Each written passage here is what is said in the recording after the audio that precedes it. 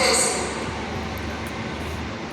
నాటి రోజులు తపస్సు అంటేనే ధ్యానము, ధ్యానం అంటేనే తపస్సు.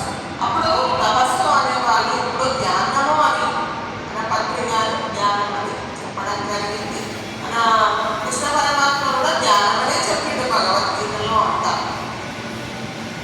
తపస్సు చేసుకున్నాడు. ఒక పెద్ద జంగల్ పోయి పోయి ఒక చెట్టు కింద కూర్చుండి కొన్ని సంవత్సరాలు తపస్సు చేసి, తపస్సు చేస్తే ఆ పరమాత్మ ప్రత్యక్షమై,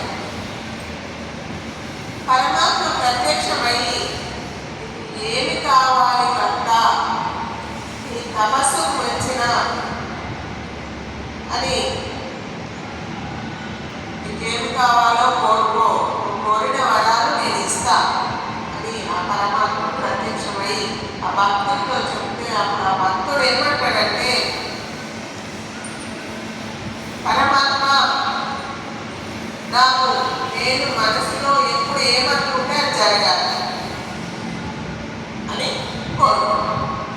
కోరుకుంటే ఆ పరమాత్మ ఏమంటాడంటే, నాయన అది కరెక్ట్ కాదు. ఎందుకంటే ఒక మానవుడు ఎప్పుడు ఆలోచనలతోనే ఉంటాడు.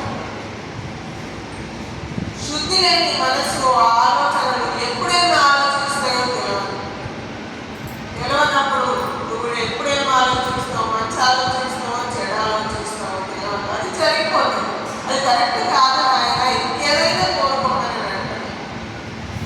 లేదు లేదు, నేను ఎప్పుడు ఏది అనుకుంటే అది జరగాలి అంటే ఆయన ఏం చేస్తాడు పాపం, తదాస్తు నాయన అని వరం ఇస్తాడు. ఆయన వెళ్ళిపోయిన తర్వాత